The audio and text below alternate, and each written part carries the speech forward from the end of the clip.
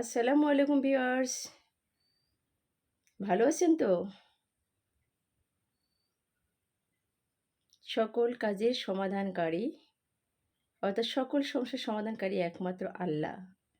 তাই আল্লাহকে সেজদা করে যেতে হবে, আল্লাহর কাজ করতে হবে, আল্লাহর পথে থাকতে হবে।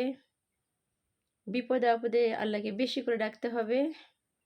প্রত্যেক বান্দায় আমরা তা করে থাকি এবং আল্লাহ তা কবুল করে থাকেন। তাই আমরা মুসলিম যারা আছি আল্লাহকে মন প্রাণ দিয়ে ডাকবো, আল্লাহর ইবাদত করব, সঠিক সহজ সরল পথে চলব, এটাই প্রত্যাশা। ভিউয়ার্স, দোয়া করবেন আমাদের জন্য এবং সবাই সবার জন্য দোয়া করি।